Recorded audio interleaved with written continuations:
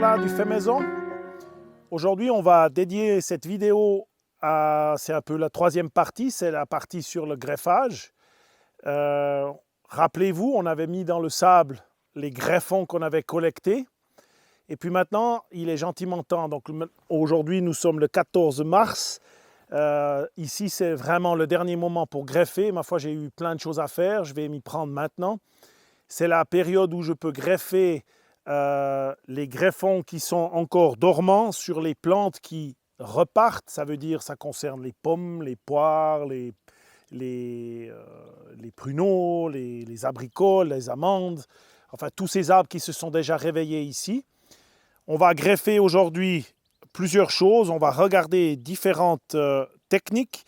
Mais je vais faire le début de cette vidéo là parce que maintenant je viens de prendre le greffon d'un figuier et la première chose à faire, comme c'était dans le sable, afin déjà de réhumidifier un tout petit peu le bâton, ça ne veut pas lui faire de mal, le greffon, c'est aussi de nettoyer excessivement bien le sable qui pourrait coller au bois parce que les outils que l'on va utiliser sont des outils de précision et de coupe. Des outils de coupe de très bonne qualité. Donc il ne faudrait pas que votre lame passe dans le sable. Première étape, passez quelques secondes votre bois dans l'eau. Ici, on va quand même se concentrer sur des greffes qui ne se font pas en pépinière. Donc les arbres, ils sont dans des endroits parfois un peu difficiles d'accès. C'est le cas par exemple de ce figuier qui n'a jamais donné de bonnes figues, de ce que j'ai pu goûter l'année passée. J'ai décidé de greffer et de faire un test. Mais je vais vite faire un tour du petit matériel que moi j'utilise pour faire les greffes. La première chose, ça c'est pour protéger mes genoux, protéger du sol, de l'eau, parce que je vais souvent devoir me mettre à genoux. Je prends un de ces espèces de tatamis que je peux plier pour m'installer. Vous verrez, c'est très très très important. Deuxième chose, bien sûr qu'on a besoin, c'est un sécateur. Un sécateur qui a déjà fonctionné avant. Un sécateur pour tailler les greffons, tailler les arbres et d'une scie qui coupe bien parce que des fois on doit préparer les arbres. D'un greffeur, alors un greffeur, c'est simplement un couteau. Vous pouvez utiliser n'importe quoi en fait pour greffer, il n'y a pas besoin que ce soit un greffon. L'histoire d'avoir un couteau comme ça, c'est qu'un couteau à greffer, c'est qu'en fait ils ont une lame qui est penchée et ils ont un côté qui est complètement plat, ce qui fait que quand on donne un coup de couteau dans les arbres, si j'avais les deux, comme un couteau normal, si j'avais les deux biais, au moment où je donne un coup de couteau, j'ai tendance à rentrer vraiment fortement dans l'arbre, tandis que comme j'ai ce plat de ce côté, au moment où je coupe, j'ai tendance à avoir plus de facilité à faire des biais et des coupes propres. C'est pour ça que les greffeurs ont une lame en biais et une lame droite, une partie de la lame qui est droite. De plus, pour soulever l'écorce, ceux qui sont munis de ça, ça peut rendre service suivant le type de greffe que l'on fait. Mais aujourd'hui, on en aura sûrement besoin. Alors voilà, moi j'ai décidé d'acheter un outil comme ça parce que c'est quand même pratique. Et puis, surtout, il est dédié à ça. On peut l'aiguiser en fonction de ça. Ça doit être bien aiguisé. Ça doit faire vraiment que ça. Après, dans le commerce, vous trouvez soit du raffia pour attacher les greffes. Le défaut du raffia, l'avantage premier, c'est que c'est des brins qui sont très résistants. C'est facile à trouver. Pour peu d'argent, vous en avez des quantités pour plusieurs années. Alors que si vous achetez par exemple des élastiques pour attacher les branches, j'en ai pas ici. L'avantage des élastiques, c'est qu'elles sont biodégradables. Le raffia n'est pas biodégradable. Ça veut dire qu'il va rester attaché à l'arbre. Les élastiques bleus là qu'on voit souvent, ils vont se dégrader au fil du temps. Par contre, il faut les acheter. Je ne sais pas où en acheter pour l'instant. Alors, moi, j'utilise le raffia. C'est aussi une question de facilité à attacher les branches avec mes grandes mains. Je n'ai jamais bien réussi aussi avec le peu d'élastique que j'ai eu en main. Vous avez aussi besoin, et ce serait bien, c'est ce qu'ils appellent un parafilm. C'est une espèce de plastique biodégradable, c'est donc pas du plastique, qui a la capacité d'être un peu ciré. qui va protéger les coupes et protéger les parties, on va voir ça, qu'on attache lorsqu'on attache deux brins ensemble. Et ça va protéger aussi de la déshydratation du greffon qu'on va mettre sur le porte-greffe. Et puis moi, il y a différents types. Ça, c'est un baume qu'on va mettre aussi sur les plaies. Si il y a des grosses plaies, on peut simplement protéger après la partie qu'on a coupée, afin qu'il n'y ait pas de parasites, de champignons, d'eau qui rentrent. Donc des fois, je mets un peu de mastic, voilà, ça s'appelle mastic pour greffage à froid. Ce mastic, ça peut être aussi pratique. Il en existe plein de différentes sortes dans le commerce. Mais voilà, ça c'est des choses que vous risquez d'avoir besoin si vous voulez faire de la greffe. Quelque chose pour attacher, quelque chose pour protéger et quelque chose pour couper. Alors ce figuier, il a énormément de branches qui partent de partout. On peut en conserver certaines originales et puis on pourra greffer éventuellement d'autres variétés l'année prochaine. Il y en a une ici, il y en a ce gros tronc là qui est un petit peu gênant pour ce qu'on veut faire. J'ai déjà greffé, ça c'était une autre variété, j'ai déjà greffé l'autre jour une partie ici. Donc aujourd'hui je vais simplement supprimer cet arbre, supprimer cette partie là parce qu'elle ne m'intéresse pas pour l'expérience qu'on veut faire. Et puis on va se concentrer, et là c'est difficile d'accès, on ne va pas garder non plus ça. Parce qu'il faut bien s'imaginer que quand on fait des greffes comme ça à genoux par terre, et vous verrez, soit il y a des épines, soit surtout quand vous greffez les aubépines, c'est parfois pas facile d'aller se mettre à greffer à distance parce que c'est quand même des gestes qui doivent être précis. Alors l'avantage du figuier, c'est qu'on trouve facilement un greffon qui a la taille similaire au porte-greffe, ou bien un porte-greffe qui a la taille similaire au greffon, ça dépend comment vous voulez faire. Ça simplifie la vie quand on trouve un matériel de taille similaire, parce qu'on va pouvoir faire une greffe que moi j'aime beaucoup, qui s'appelle la greffe anglaise compliquée. Peut-être avant d'aller plus loin dans cette vidéo, il faut que je précise quelque chose. Je ne suis pas un expert de la greffe. Il faut se mettre, moi j'ai jamais eu une pépinière, ça fait quelques années que je greffe principalement des arbres sauvages ou des porte-greffes que j'arrive à reproduire un peu moi-même. Je n'ai pas expérimenté tous les types de greffes. Je me base sur un livre je crois que c'est Madame Le Terme. Je vous montrerai, je mettrai la référence et on mettra une photo du livre. Je me base beaucoup sur ces écrits-là, des vidéos aussi que je trouve. Je mettrai la référence un lien d'un monsieur qui a une chaîne qui fait des greffes. Il est incroyable, c'est tout en anglais. C'est un monsieur qui doit vivre je pense, dans le sud, soit de l'Italie ou peut-être, je ne sais pas exactement, mais il est dans ce coin. En tout cas, il est un peu dans un climat plus au sud. Et il a des vidéos qui sont très précises aussi sur les greffes. Voilà, maintenant, je fais un petit peu avec les moyens du bord et les choses qui sont donc les moyens du bord de ce que j'ai comme porte-greffe. Ce qui est important, c'est que si vous voulez vous mettre à greffer, il faut commencer une fois. De toute manière, vous n'aurez pas le choix. Vous pouvez regarder les millions de vidéos que vous voulez. Sans donner un coup de couteau, vous pouvez pas avancer dans ces choses. Maintenant, les principales greffes, des techniques de greffe avec lesquelles il est bien de commencer, c'est justement l'anglaise qu'on appelle la greffe à l'anglaise compliquée. Elle n'a rien de compliqué par rapport à la greffe à l'anglaise, elle a juste un petit truc de plus.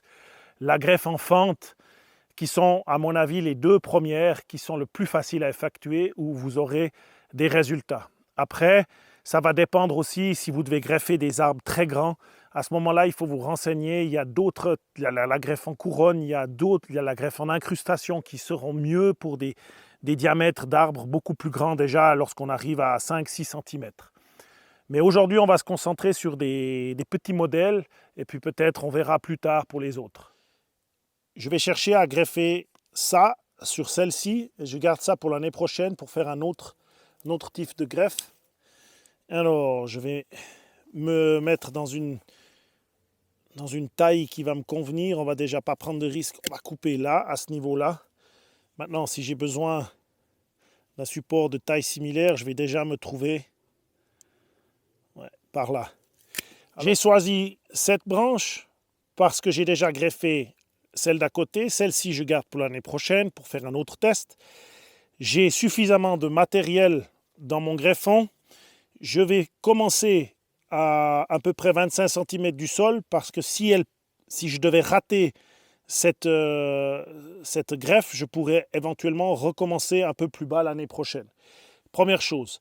Ensuite, je la coupe ici et je cherche sur mon greffon la taille qui est plus ou moins similaire. On est un petit peu près par là, on est voilà ici. Ce que je vais devoir laisser en dessus de ma greffe, c'est au minimum un œil. Comme j'ai suffisamment de matériel, puisqu'on a assez de figuiers dans la région, je vais peut-être en laisser 2, voire 3. Ce qu'il est important de faire, c'est qu'il ne faut absolument jamais, que ce soit pour les figuiers ou les autres arbres, il ne faut jamais que la position de la greffe se fasse exactement sur un œil. Il faut toujours être entre deux. Il faut que l'œil soit dessus la partie qui va être greffée. Parce que sinon, lorsque l'œil va démarrer, il y a la possibilité que la cicatrice se réouvre et ce n'est pas une bonne idée. Donc il va falloir faire de toute manière la jointure des deux quelque part entre deux yeux dans ce cas-là. Donc je vais la faire dans cet endroit-là. Alors on ne va pas prendre de risque, on coupe près de l'œil. Et maintenant je vais préparer le greffon. Alors pour faire une greffe à l'anglaise compliquée, on va devoir faire 2 biais. Un ici et correspondre un ici. Pour faire ce biais, moi j'aime bien prendre cette position où je tire le couteau et la branche. C'est les anglo-saxons, ils appellent ça le chicken wings. Parce qu'il n'y a pas possibilité de se blesser, parce qu'il faut faire attention, ça tranche, je peux vous dire, je me suis déjà coupé, plus qu'une fois. Donc quand vous avez cette position, vous êtes très précis et vous n'avez aucune possibilité de vous donner un coup de couteau puisque c'est la main qui arrête contre votre torse. Une fois que vous avez fait ce biais, dans le figuier, vous vous trouvez avec une zone qui va permettre de faire le contact sur l'autre branche. Le porte-greffe où on cherche à faire un contact, c'est dans cette partie verte qu'on appelle le cambium. Et c'est uniquement cette partie qui a la capacité de se régénérer et de coller au porte-greffe. Tout ce qui est là, la moelle, tout ce qui est là, ça ne nous intéresse pas, mais il est nécessaire d'en avoir bien évidemment puisqu'elle fait partie de la branche. Mais ce qui nous intéresse, c'est de joindre la partie qui est entre la partie claire et la partie verte. Juste dans ce point-là, le cambium.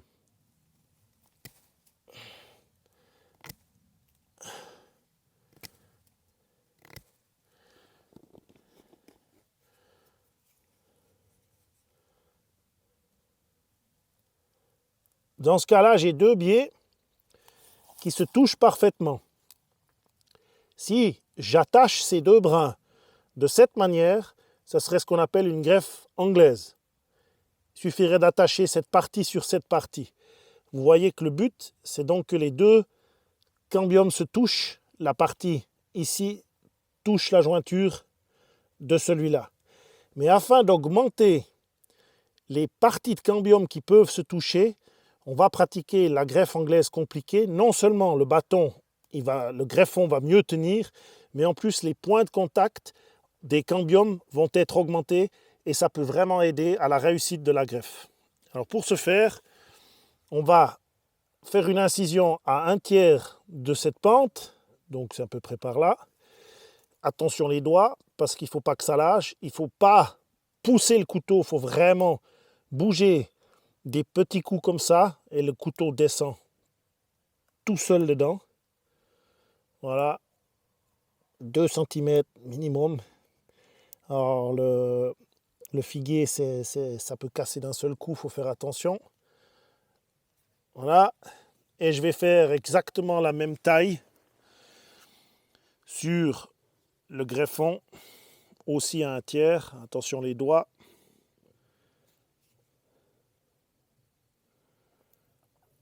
Voilà, effectuez ça jusqu'à un peu plus que 2 cm. Ça va se réparer, cette coupure va se réparer plus tard quand l'arbre va se joindre à l'autre. Alors voilà, on va assembler les deux.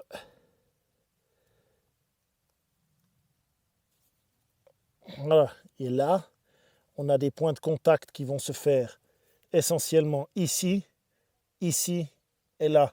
Malgré cette ouverture, en fait, ces trois endroits vont se toucher un maximum. Et ces points de contact, ils serrent bien. C'est pour ça que cette greffe, elle est efficace. Bien que sur le figuier, elle est un tout petit peu plus compliquée à effectuer, à mon sens. Voilà. Le but, c'est d'avoir, ils ne sont pas exactement le même diamètre. On voit que le greffon est un petit peu plus gros que le porte-greffe. Alors, ce que je fais, c'est que je me concentre sur un côté pour aligner les cambiums sur un côté. Voilà. Ici, on est vraiment bien aligné pour avoir un maximum de points de contact à cet endroit et à l'arrière là. Et de ce côté, malheureusement, on est un petit peu dans le vide. Donc, on va tout faire pour que ce côté fonctionne au mieux. Et maintenant, on va l'attacher. Lorsqu'on attache la greffe, veillez d'avoir assez de... ce qui vous reste quelque chose dans la main, parce que c'est le nœud qui va finir. Et on va serrer la greffe. Moi, j'aime commencer au milieu. Il y en a qui commencent... Il ne faut pas commencer en bas, parce que sinon, vous allez faire ressortir le greffon. Il faut commencer plutôt assez en haut de la jointure. Voilà, maintenant mon fil y tient. Et là, je serre bien, je peux vous dire, je serre bien. Je casse pas le raffia, mais je serre bien. Et je vais descendre jusqu'en bas.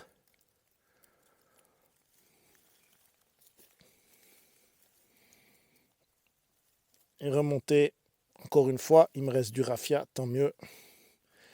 Et je finis en haut, la dernière jointure, celle qu'il y a là, pour que ça tienne et que ça touche.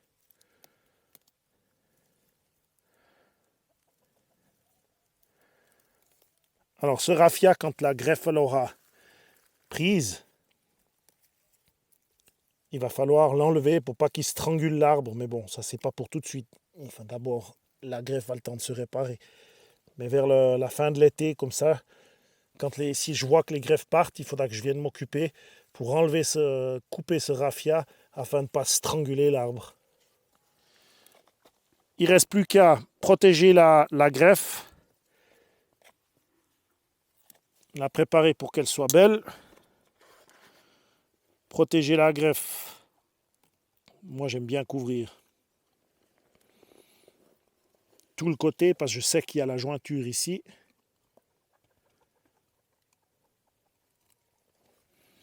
De ce côté.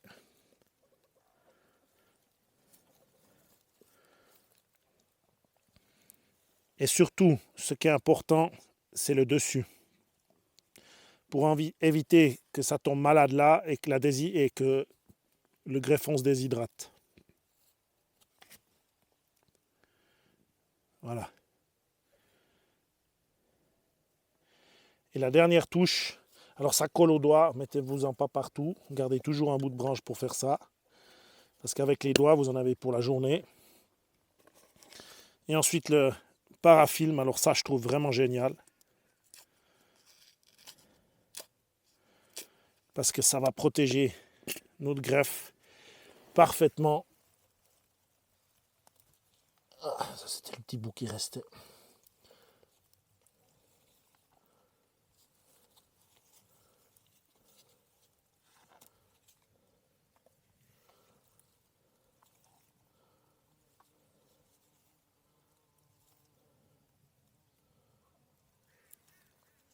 Ça confine la plaie vraiment.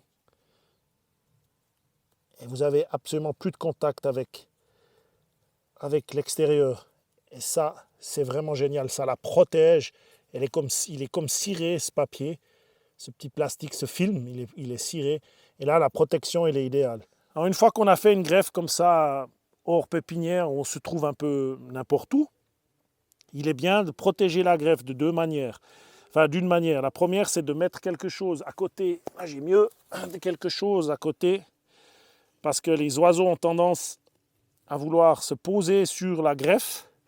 Alors, il faut les inviter à se poser sur une branche à côté. Là, sûrement qu'ils vont aller sur celle-là, puisqu'elle est un peu plus haute comme promontoire. Mais c'est bien de protéger la greffe avec d'autres branches. Je vais trouver du matériel. Viens voir toi.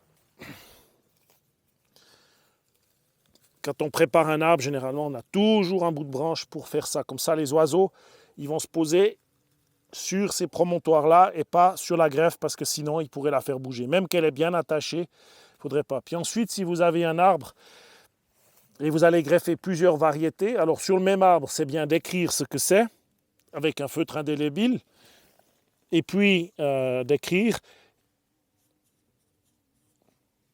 cette variété. Et si vous ne pouvez pas écrire sur l'arbre, vous pouvez mettre un bâton avec le nom dessus ou la variété. Comme ça, si vous greffez par exemple 5 variétés de poires, vous n'allez pas oublier. Même des fois, on dit « Ah non, mais je m'en souviendrai. » Toujours écrire ce que vous avez greffé au pied de l'arbre. Si vous greffez plusieurs variétés, c'est super important. Sur le terrain, on a vraiment des dizaines d'aubépines, j'en découvre tout le temps, même là qu'on vient de nettoyer cette place, il y en a certaines qu'on a coupées qui vont revenir. J'en laisse passablement de sauvages, j'essaye de faire des jolis arbres. Je vais essayer de mettre de la poire sur celle-là. Je ne vais pas tout couper cette année, je vais lui laisser le beau tronc qu'elle a. Je vais éliminer les autres branches et je vais choisir une pour faire la suivante greffe. Si cette greffe fonctionne bien, je pourrais toujours éliminer la partie qui ne m'intéresse pas s'ils n'arrivent pas à cohabiter. Je ne sais pas encore comment je vais gérer les deux choses. Alors pour l'instant, avant de tout éliminer, je vais simplement préparer une partie. Ça pique beaucoup, donc il faut bien que je nettoie. Je vais vite faire ça d'abord. Donc ici, le porte-greffe est nettement plus gros que le greffon. On va faire une greffe en fente. Une greffe en fente double parce que je vais essayer de mettre un greffon de chaque côté de la fente. Si j'arrive pas, j'en mettrai qu'un, on va voir. Et puis, je vais laisser les deux autres troncs. Ce sont quand même des superbes plantes, ces aubépines, mais voilà, de temps en temps, il faut faire des choix. Alors, même chose, je coupe aussi à une vingtaine de centimètres. Comme ça, si jamais l'année prochaine ça se passe mal, elle va de toute manière revenir et je pourrai descendre et réessayer sur le même pied la greffe. Parce que ça arrive que ça rate, bien évidemment. Pour la greffe en fente, on va faire une fente en plein centre dans ce cas-là. Alors, il existe encore des différentes variations de la greffe en fente, mais dans ce cas-là, on peut se contenter du milieu. Il faut faire attention, pas casser l'arbre. On sent qu'il fait un petit bruit. Il faut descendre encore un bout. Encore une fois, ça va se réparer, c'est pas grave. Ensuite, on pourra l'ouvrir. On va sortir le couteau délicatement. Voilà. Et on va préparer le porte-greffe. Alors, le greffon. Alors, le greffon, on va tailler en biseau parce qu'encore une fois, le but, c'est d'avoir le cambium du greffon qui est en contact avec le cambium du porte-greffe, c'est-à-dire tout au bord. Donc il faut essayer de faire joindre quelques points sur chaque côté. Alors, je pensais avant, il ne faut pas qu'il y ait des milliers de points qui touchent tout au long. Ça suffit s'il y a peut-être quelques millimètres qui touchent pour que les cellules passent du porte-greffe au greffon. La cicatrisation se fait et la circulation va se mettre à fonctionner. On ne va jamais réussir à avoir 100% des points qui collent entre le porte-greffe et le greffon. Ce n'est pas possible. Mais il suffit qu'il y en ait quelques-uns, qu'il y en ait suffisamment pour faire la jointure du greffon au porte-greffe et la cicatrisation se fait et la circulation se fait. La nature, elle est quand même bien faite pour ça.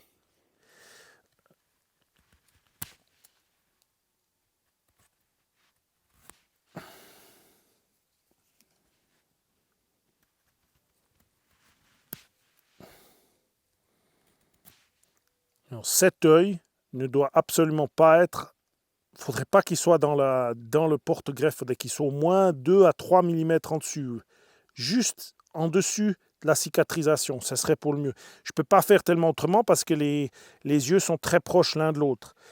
Alors quand je dis un biseau, c'est voilà, le début du biseau, c'est-à-dire que je fais quelque chose qui est comme ça. Essayez d'avoir un peu plus fin parce qu'on ne veut pas quand même casser l'arbre. Donc après, on peut retravailler bien évidemment tout ça pour que ça nous convienne. Il faut de la patience.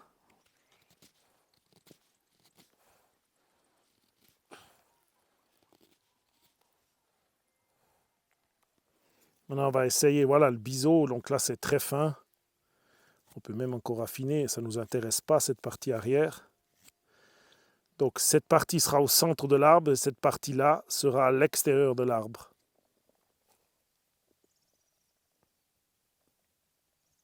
Je peux le mettre de l'autre côté si ça t'intéresse. Attends.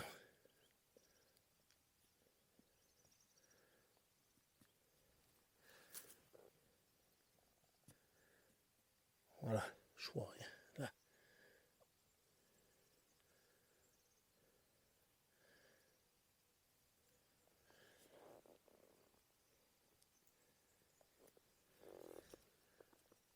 Alors maintenant.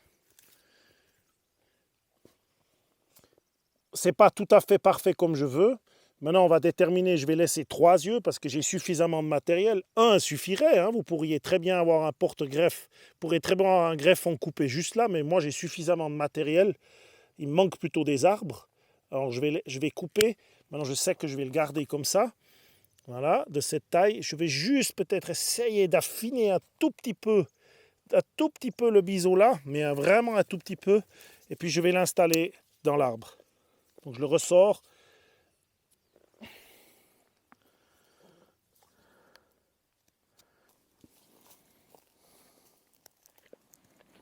Bichcoit là. Des conditions de greffage difficiles. Ouais.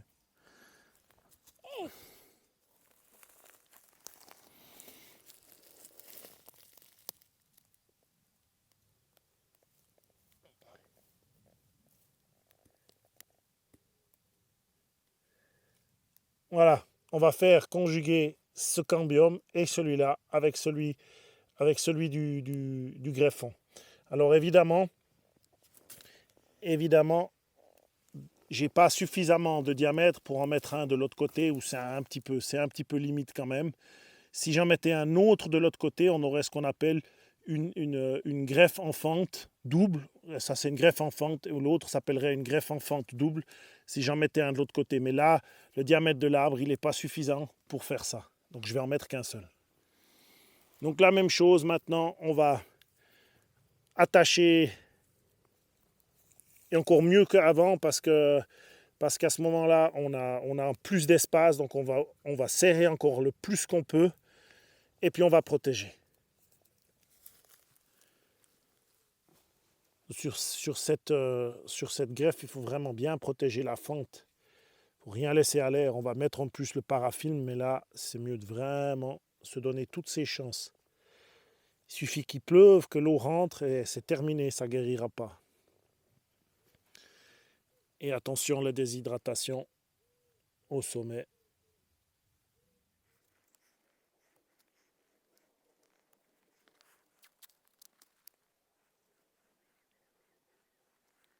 Avec ce parafilm, on peut même passer sur un œil, en fait. Il a suffisamment de force pour le traverser, pour être sûr que ça soit bien protégé, voilà, contre la pluie qui rentre. Cet œil, s'il part, il va traverser sans problème le parafilm. Sur cette place, j'ai greffé le plus possible de la même variété de poires, une greffe anglaise compliquée, 2 greffes en fente, parce que nous avons reçu de la part de Pedro du matériel de greffage, différentes variétés de poires. D'ailleurs, merci beaucoup Pedro. Et je veux m'assurer d'avoir le plus de chances de réussite possible. Tant que j'ai du matériel, je vais greffer. On verra les résultats. Et puis, sur les aubépines, juste protégez-vous parce que c'est terrible ce que ça pique. Mais comme disait Didier Bourdon, no pain, no gain. Ma foi, voilà, j'ai que ça comme porte-greffe. J'adore ces plantes, j'en laisse beaucoup de sauvages. Et puis certaines, ma foi, on les greffe. La suite, une fois qu'on a greffé, j'ai fait ça il y a quelques semaines, j'ai greffé de l'abricot sur un porte-greffe dont je sais que c'était quelque chose à noyau, mais je ne sais pas exactement ce que c'était, mais c'est pas grave. J'ai greffé de l'abricot, greffe anglaise compliquée, et on voit que le greffon, il est en train de partir. Il a traversé le parafilm, donc nickel, il sort. Et qu'est-ce qu'il faut faire au moment, quelles sont les prochaines étapes au moment que votre greffe elle commence à partir? Alors là, il est tôt, on voit que ça part, ce sont des bons signes. Ce qu'il faut gentiment faire, c'est enlever toute la concurrence en dessous de la greffe. Ça veut dire toutes les petites branches qui essayent de partir et qui font concurrence au greffon. Sauf, je laisse encore celle-ci, mais je vais la pincer, mais je laisse un tout petit peu parce qu'elle me sert encore de tire-sève pour la plante. Lorsque j'aurai maintenant 3-4 cm de feuilles sur mon greffon, j'éliminerai définitivement celle-ci et je veillerai qu'il n'y a plus rien qui repousse. Et ça, il faut le faire autant de fois qu'il sera nécessaire, sinon votre greffe va complètement avorter. C'est important d'effectuer cette opération parce que c'est comme pour le corps humain lorsqu'on vous greffe quelque chose et on prend des médicaments à vie pour ne pas avoir de rejet. Si vous laissez la plante refaire des rejets, à ce moment-là, elle va vous faire mourir votre greffe. Et finalement, vous aurez terminé votre travail quand la plante, la branche, parce que ça c'est une aubépine, elle va toujours repartir à la base, mais cette branche ne va plus repartir, tous les yeux sont morts, on voit qu'il n'y a rien qu'à repousser, elle va guérir. Alors malheureusement, j'avais fait une greffe en fente et j'avais essayé pomme, poire, les deux sont venus, mais j'ai décidé d'éliminer la pomme parce qu'elle était vraiment chétive comparée à la greffe de poirier. Mais mon arbre va partir, va guérir, va éliminer ça, va le recouvrir. Et à ce moment-là, vous avez un arbre qui est normalement sain et prêt à partir. Ça, c'était aubépine, poire. Elle a maintenant à peu près 12 ou 13 mois. Et je suis presque à la fin de mon travail. Il reste encore un peu de parafilm. Et surveiller juste les rejets qui partent à la base de ma branche. C'est tout ce qui me reste à faire et m'occuper de mon arbre. L'importance de la greffe, elle n'est pas simplement de multiplier des arbres fruitiers pour notre bon vouloir. Elle a aussi la capacité de garder des espèces qui vont disparaître, des arbres qu'on a fait venir et qui vont disparaître. Elle peut être ludique. Je pourrais greffer différentes poires sur le même poirier. Elle pourrait être utile s'il fallait, par exemple, vous n'avez qu'un seul poirier, mais vous n'avez jamais de poire. Il faudrait une autre variété pour féconder celle que vous avez sur votre poirier principal. Vous pourriez greffer sur une branche une autre variété de poirier. Ça permettrait de faire la pollinisation croisée. Vous pouvez sur l'aubépine mettre en même temps de la poire. Vous pouvez mettre par exemple du néfelier du Japon. Vous pourriez faire pousser du peranashi. Moi je ne sais pas, vous pouvez vous amuser avec plein de choses. Il existe des espèces sauvages qui donnent des épines noires, qui donnent des noyaux, des fruits à noyaux qui sont très peu bons gustativement. Vous pouvez aussi là-dessus essayer de greffer de l'abricot. Dans des forêts, vous pouvez vous amuser à faire de la greffe sauvage, tout en respectant toujours la nature. Bien évidemment, il ne faut pas tout couper pour faire des choses pour nous. Mais voilà, il y a différentes opportunités pour utiliser la greffe. Ce que je voulais encore dire, c'est que là, on a seulement couvert 2 techniques. Et du mieux que je peux, c'est pas évident de faire cette vidéo. Je me suis bien coupé avec mon aubépine. Il faut s'imaginer qu'on n'est pas positionné comme dans une pépinière sur une table, comme j'ai fait cette greffe, c'était parfait. Mais je vous encourage quand même à essayer ça, même que ça coupe. Et puis, il y a encore les greffes d'été, il y a les greffes d'arbres verts. Les greffes d'été sont super, les greffes d'été d'automne sont super importantes. On fera une vidéo si ça vous intéresse là-dessus. Le chip pudding par exemple, où on peut encore faire beaucoup de choses tardivement dans la saison et avec encore moins de matériel et moins de préparation qu'on avait dû faire en décembre-janvier. Alors voilà, j'espère que cette vidéo vous a plu. Je vous souhaite une bonne semaine et puis à tout bientôt.